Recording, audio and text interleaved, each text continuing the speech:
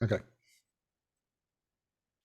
Hey everybody, welcome back to the Bret Lueder Show. This is episode 60. I am with UFO writing legend Tim Swartz. Tim Swartz has been on Ancient Aliens, The Unexplained, several other TV shows, and he's written with some of the greats. You, Mr. UFO, Timothy Green Beckley, Brad Steiger, Shawn Steele, who's his co-author for this book right here, Mimics, The Others Among Us. And we're going to talk a little bit more about that. But there's somebody you've written with, somebody that you've written with that I'm very fascinated by, and his name's Commander X. Hmm. Can you tell us anything about the mysterious Commander X?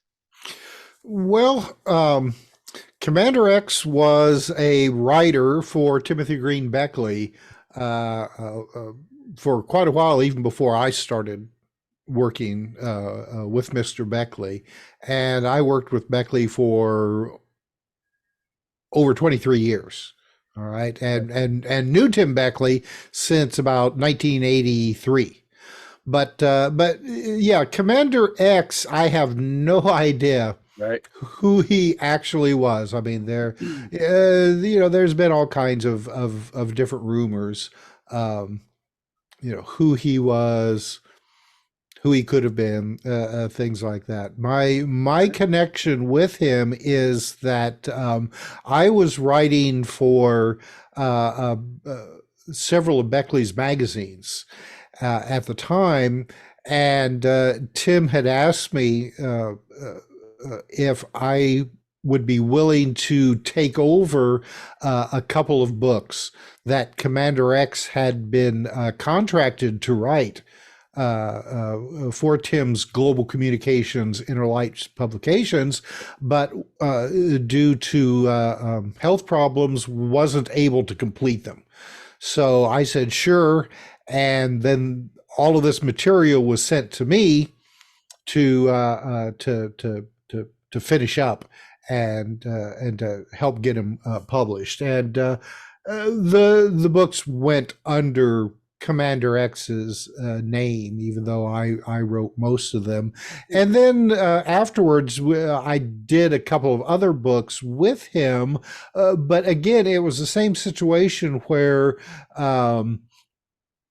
Beckley would send me the material, though I did communicate, albeit briefly at times, through email. And this was, the early days of the internet.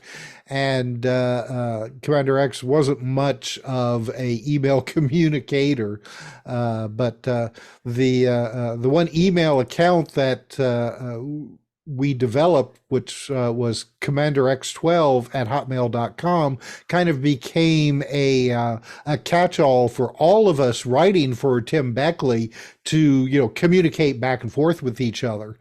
And it's still around today, though Commander X has, I would say, probably has passed away. I don't know.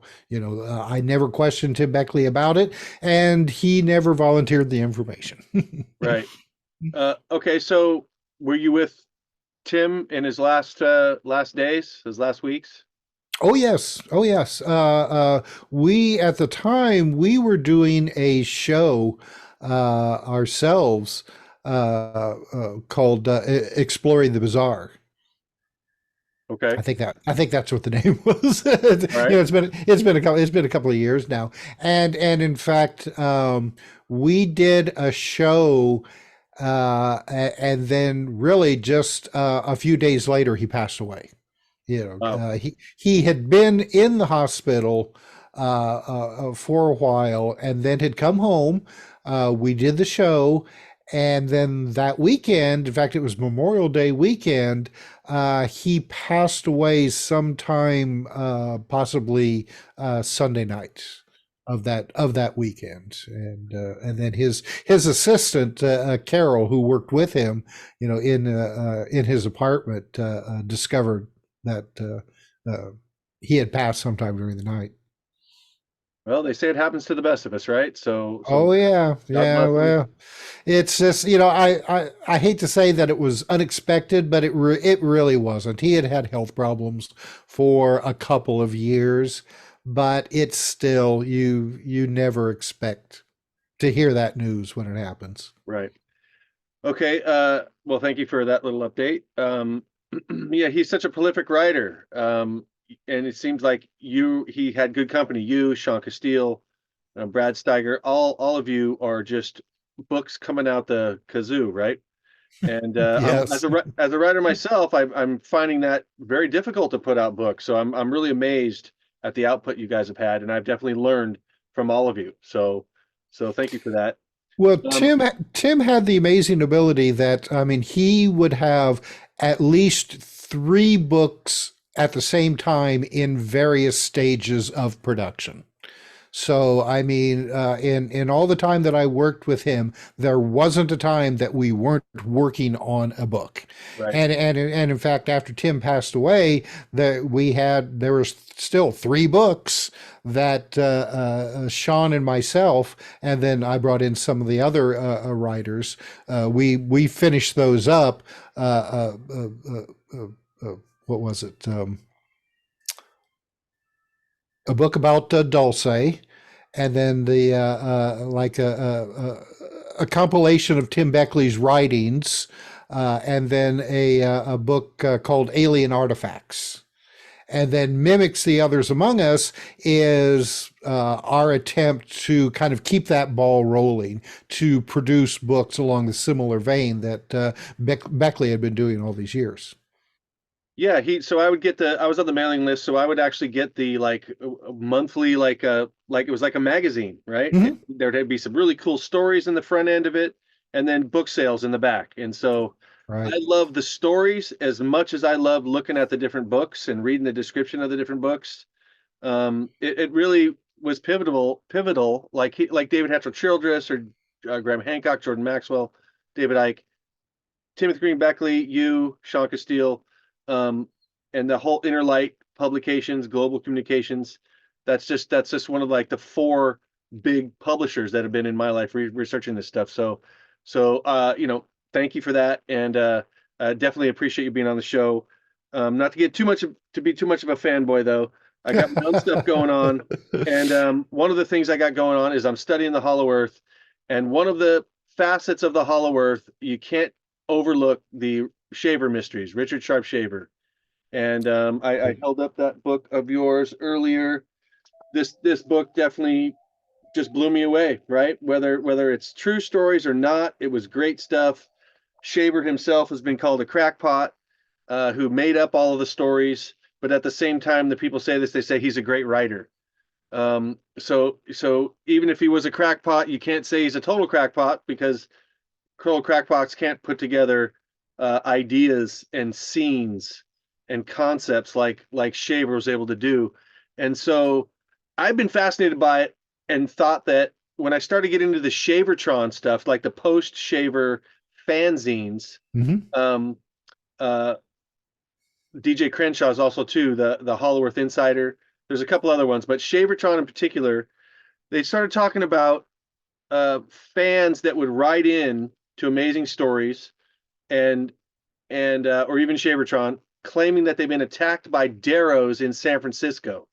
Right. So what I'm thinking is, David Hatfield Childress reported there was thousands of those in his own book, uh, Lost Continents and the Hollow Earth.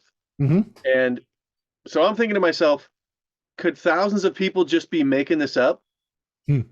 Or is there, I mean, that's like mass hallucination if that's the case, which has been accused of some UFO experiencers, right? There's so Right. many people see UFOs, oh, it's a mass hallucination.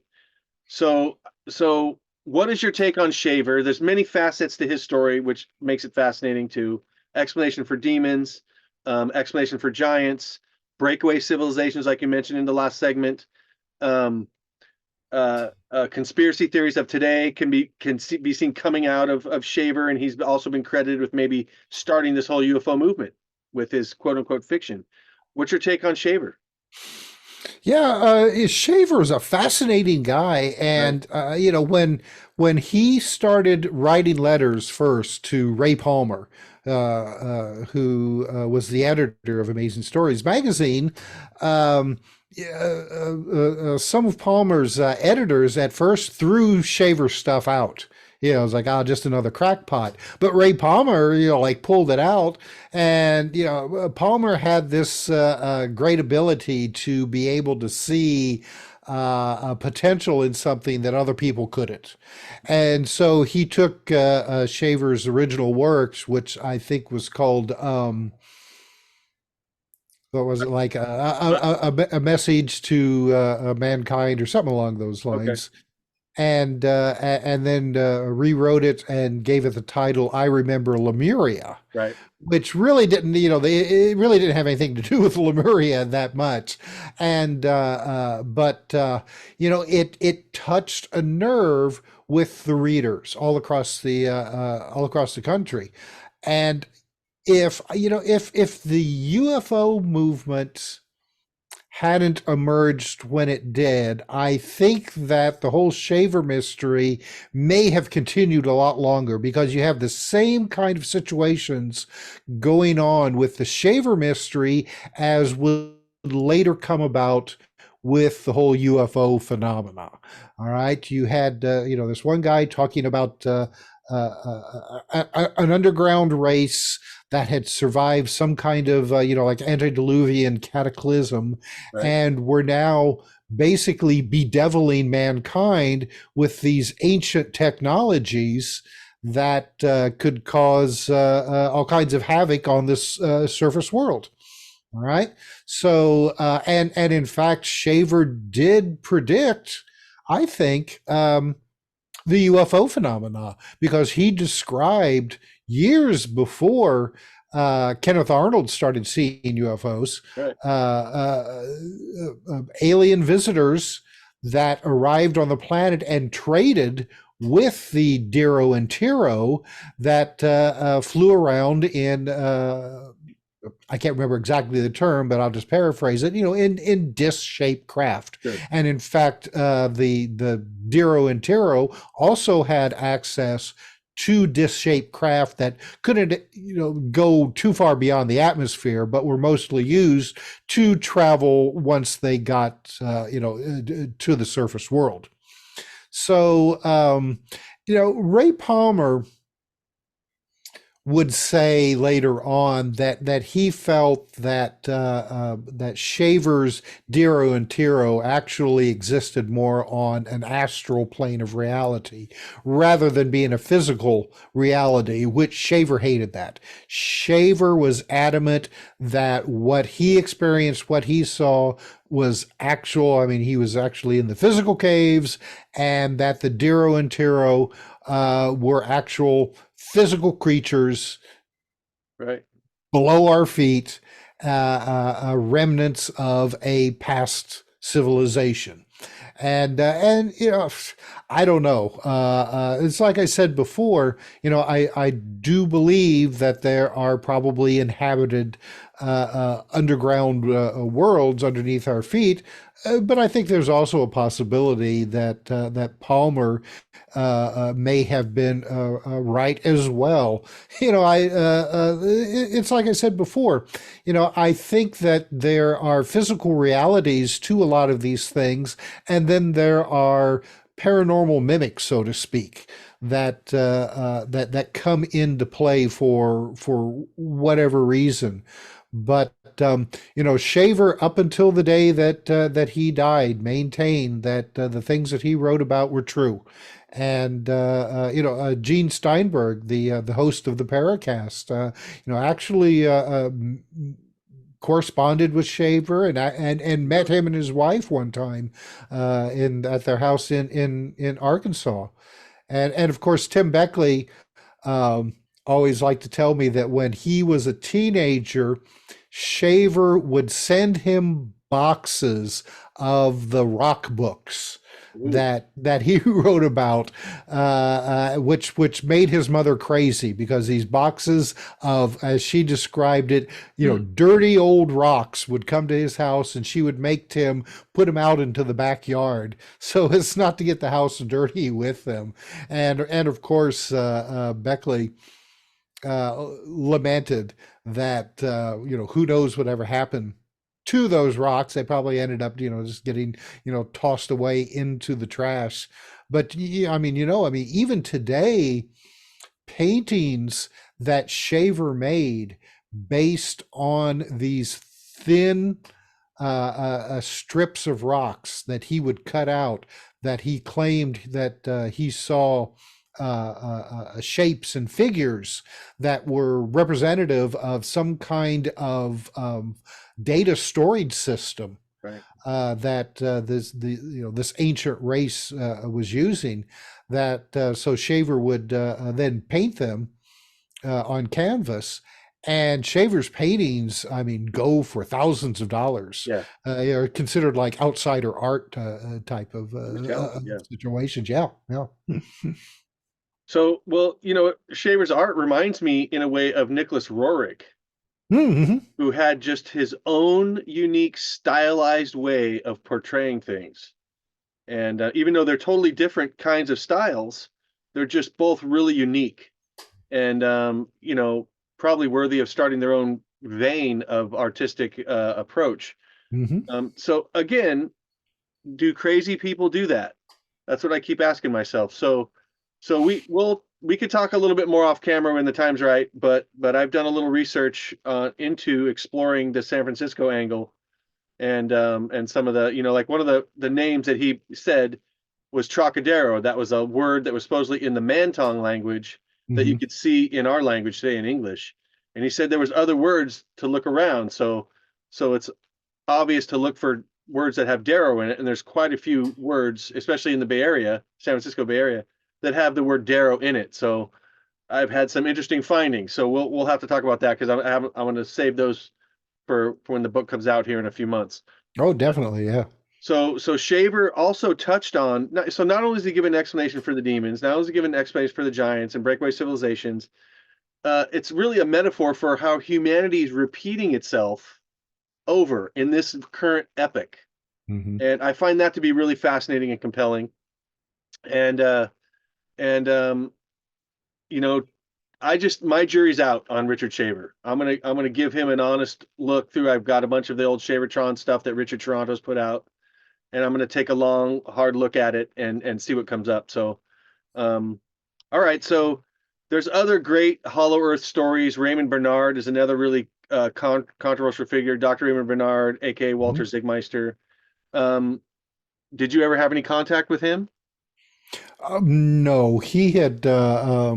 I naturally had a copy of his book very early on when I was a teenager. But I think that by the time and I think I'm thinking of the right person. By the time I got around to actually being able to correspond with people, he had since disappeared. And am I thinking of the right person? He went to South America at one point Right. and had been to South America, Central and South America, a number of times, researching these caverns and tunnels, and at some point just disappeared. Right. At least that's what Tim Beckley told me. And now Tim Beckley did correspond with him Mhm.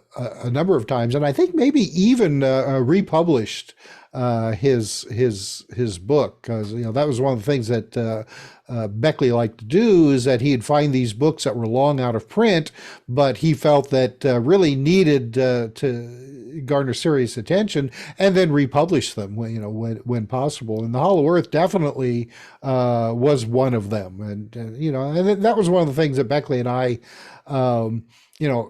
held in common, was our interest in the whole Hollow Earth mythologies. Yeah. Okay. And so, the Smoky God would be another example of a long Hmm. out of print book that Beckley brought forth again. Right. Compelling story, father son kind of adventure, kind of a thing. I could go into that right now too, but we've done enough on the Hollow Earth for right now. But just the last little part of this is Admiral Byrd's diary. Hmm. So you've written about that too, and in 2014. And so when I read the yellow covered book, let's see, do I have a copy of that right here? I think I do right here. I got this bad boy right here, All right. right? Hmm. Interesting if it's true. Very, very telling and fascinating if it's true.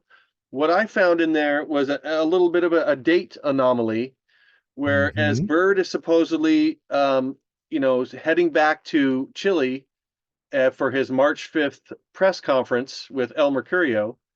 He supposedly, I think it was February, I might get the dates wrong, February 19th or 21st, somewhere in there. He's supposedly flying to the North Pole and having the experience. It wasn't at the South Pole. Yep. Am I getting this wrong? Oh, well, you're the book that you just showed. Uh, uh, uh, he writes the date is that he is supposed to be on an airplane flying to the North Pole. Right. And in the book that I wrote on this subject, you're absolutely right. He wasn't at the North Pole. He actually was part of Operation High Jump, Right. which was taking place in Antarctica That's right. at that time. So, and that's what I go into about my book. That my speculation is that the missing diary of Admiral Byrd may have actually been a form of disinformation Right. to try to distract to whatever was actually going on with Operation High Jump, which I mean, to this day, nobody is really quite positive what that was all about. You know, because you have to understand that at the time, it was right at the end of World War II, and a lot of these naval ships were being decommissioned, and then all of a sudden they turned around and say, "Oh no, wait a minute, let's take all these ships out of mothballs. Let's get a bunch of Navy men, soldiers, a small aircraft carrier, a submarine, and let's go to Antarctica." Yeah. And and you know the reasoning, you know, it kind of waffled back and forth. Well, you know, we're going to go maybe look for minerals, you know, or maybe we're going to go and train personnel to be able to work in these kinds of conditions in case the Russians ever decide to invade us, coming over, you know, like you know, through Alaska and Yeah. the Yukon, places like that. Which, you know, my question was, well, why go all the way to Antarctica when it would have been much cheaper just to go, you know, north into Canada and Alaska to train these soldiers? But no, thousands of people and all of these ships went to Antarctica for whatever reason, and they were supposed to be there for about at least 3 months in the Antarctic summer, but instead, less than 6 weeks later, pulled up and came back. Right. And with the explanation being, well, the weather was a lot worse than we expected it to be. But nobody is really sure just exactly why they were down there and why they suddenly pulled pulled their hankers and came back. Now, some embedded reporters from South America interviewed Byrd, and Byrd said that he was on his way back to Washington to warn Congress in a closed meeting that it was his fear that the Western world was going to be invaded, as he put it, by missiles attacking us from the polar regions. And that was all that he said.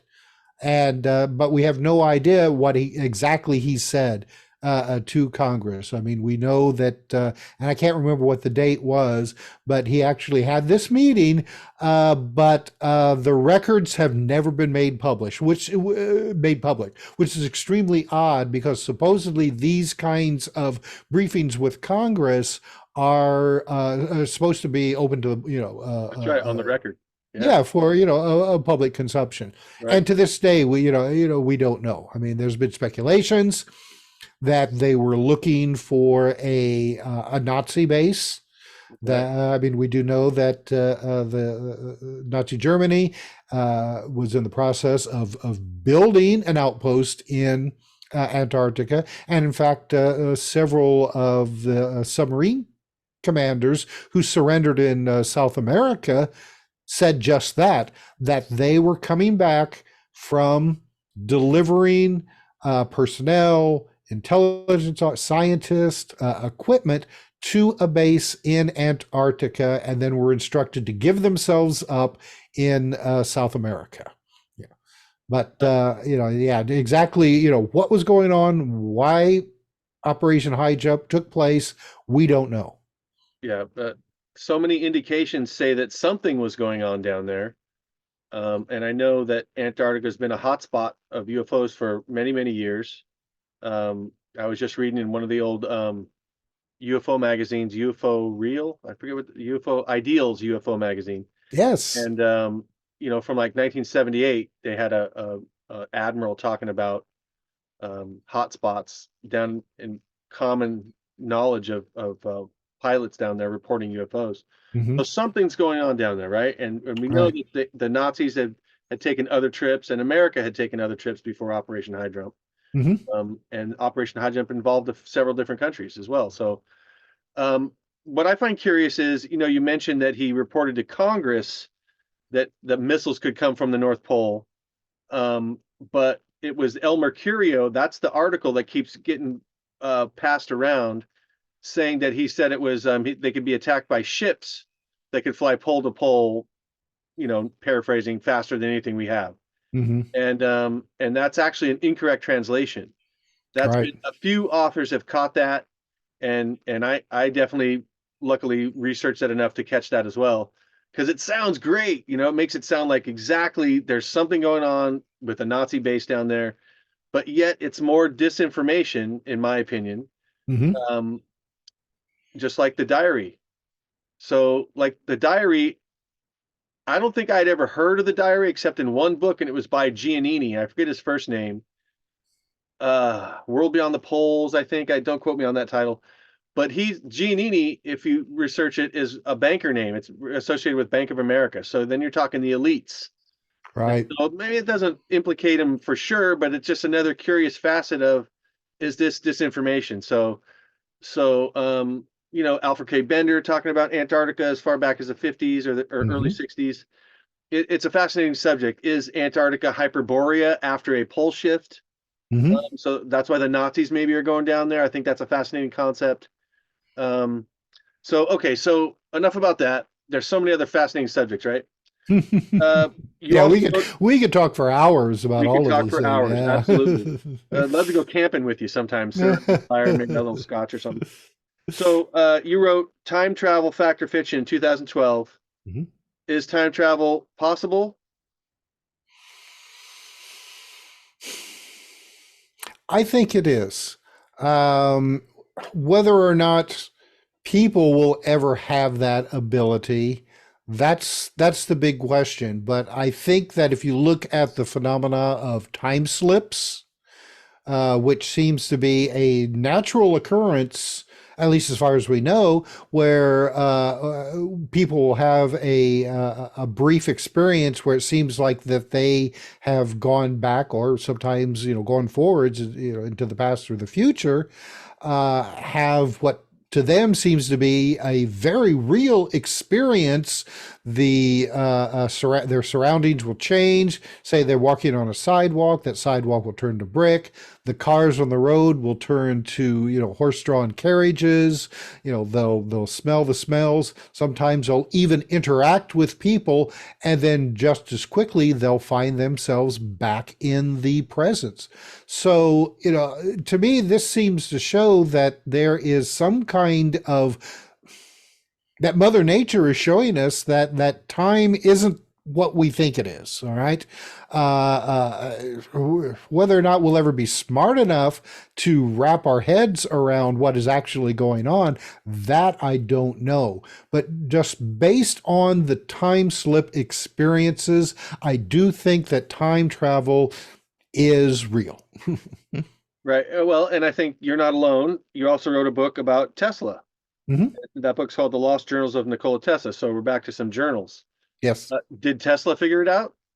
Well, Tesla had actually had an experience himself. where he, in his laboratory in New York, he was actually struck by an arc of electricity from one of his Tesla coils. And fortunately, he had an assistant there with him who was able to knock him out of it with a 2x4. Else, he may have died really, really early. Right. But during that experience, Tesla said that in that brief instant, he felt like that he was no longer in linear time. He said that he could see time, he could see both, he could see the past, the present, and the future all at once. And he said that, once he was out of it, it was hard for him to describe it or wrap his head around it, but it gave him, he thought, a whole new understanding of how the universe worked. That time, as we think of it, is not linear, that, like a lot of the Eastern philosophers and occultists talk about, that time is not existent, that the past, present, and future exist simultaneously. And in fact, you have a lot of physicists now talking about what's called like the block universe and block time, where time could be considered spatial in a fourth dimensional capacity. And just like we're able in the three-dimensional world to travel, say, to California or to Texas, that in higher dimensions, we would be able to travel time pretty much the same way. That if you wanted to go into the past, you just go to the past. Tesla, he put it almost like you were looking down onto a map, but rather than being a map of the physical world, it was a map of reality, of time, and that he could see all of it all at once. So, who knows? But he went as far later in life to try to develop his own unified field theory, kind of based on that experience, where he saw the universe being operated by forces. I'm not describing this accurately, but he just saw.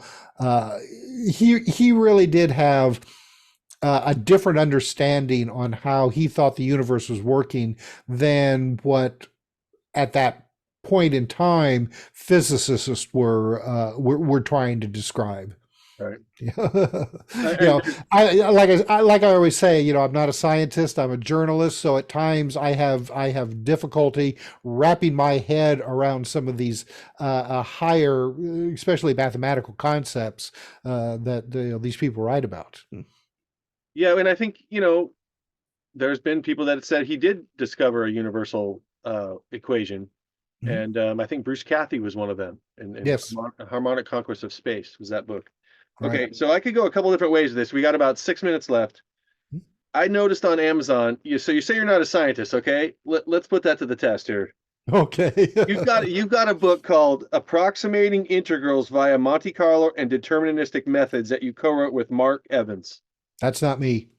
That's not you. That's not me. And that's one of the reasons that I write under using my middle initial, Tim R. Swartz, Okay. is so that poor Tim Swartz doesn't get associated with my writings, because I mean, you saw the title of that. This guy is a very high level mathematician, and for people to say, "Oh, are you the Tim Swartz who writes about UFOs and Tesla?" and he'd be like, "Oh no, it's not me." Okay, so you were But no, telling I us didn't. you're not a scientist. Okay. No. I always say I'm a journalist. I've had many years of experience writing in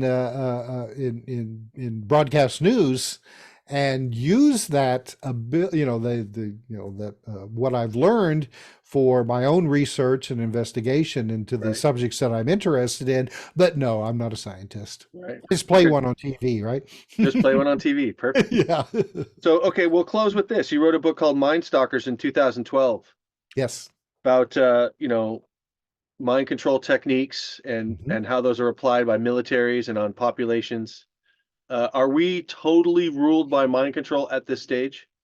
No, not totally ruled. Okay, And that's one of the things that's that hopeful. the CIA discovered when they started the whole MK Ultra research. That was just one of many projects that they were working on in the 1950s. Is that the human mind? I mean, we're such individuals that something that could work on one person may not necessarily work on another. They researched hypnotism, and some people were very easily hypnotized and made to develop alternative personalities and things like that, while other people would just be impervious to hypnotism. They researched using drugs, electronics, things like that. Subliminal messaging. Right. So, I think though that some of the techniques that they were working on back in the 50s are probably under operations today in various, capacities. But as for total mind control, I don't believe it. There are some people who write that, these agencies have the ability to like flick a switch and that we would all become, like zombies doing, whatever they please. I don't believe that. I don't think that that's possible. So the Manchurian Candidate is what comes to mind, right? If you have a person who is susceptible to one thing or another, the Manchurian Candidate. I mean, in the book, the guy was tortured to the Right. point where he became that way. And there are stories about people who were taken as children and underwent horrifying tortures, especially sexual abuse, Right. which caused alternative personalities. And then these personalities could be made to, become assassins or couriers. What was her name? Candy Clark, I think. Not Candy Clark. Gosh, I can't think of what her name was now. Kathy O'Brien. Hmm. Kathy O'Brien. Well, she was one of them, but Long John Nebel, who had a radio show in the 1960s in New York, he married a model that her name was Candy, and she was a very famous model during the 1940s. And he come to find out that she actually had been recruited by the, I think it was the FBI. The CIA didn't exist at that point, but it was like, what was the OSS? And that she had been hypnotized to develop a alternative personality and become a courier. And she actually had a passport that he discovered in her possession, that it definitely was her, but it was under a different name. And Right. it was her picture, but she looked different in it. And under hypnotism, she was able to recount a lot of these stories. Fascinating. Mhm. This just the world of mind control. So we could just do a whole show on just mind control Yes, and the different yes. facets, and bring up Montauk, Stuart Swordlow. I've interviewed Stuart Swordlow a few times. Fascinating Hmm. individual. Yeah. Okay, so we're down to just about a minute. So I want to make sure we get good plugs in for your website, Conspiracy Journal. I think you inherited that from Timothy Green Beckley, right? Yes, yeah, yeah. It's if we're working on trying to update it because the word right now conspiracy has taken on all kinds of horrific political terms, and so anymore, when I talk about conspiracy journal, I say we have all the fun conspiracies like UFOs, ghosts, and cryptids, and none of that political stuff. Right. Okay. And so we want to remind people that you are a periodic co-host with Gene Steinberg on the weekly Paracast. Mhm. Right. That's definitely a great show to look out for. The current book mimics The Others Among Us, co-written with Sean Castile. Um, Tim, it has been an absolute pleasure getting to talk to you. And at some point in the future, I'd love to have you back on. Hey, I had a great time today. I hope your audience enjoyed it as well. Anytime you want me back on, I'm at your service. You are awesome. Tim, you have a great day and thank you again for your time. All right. Thank you. All right.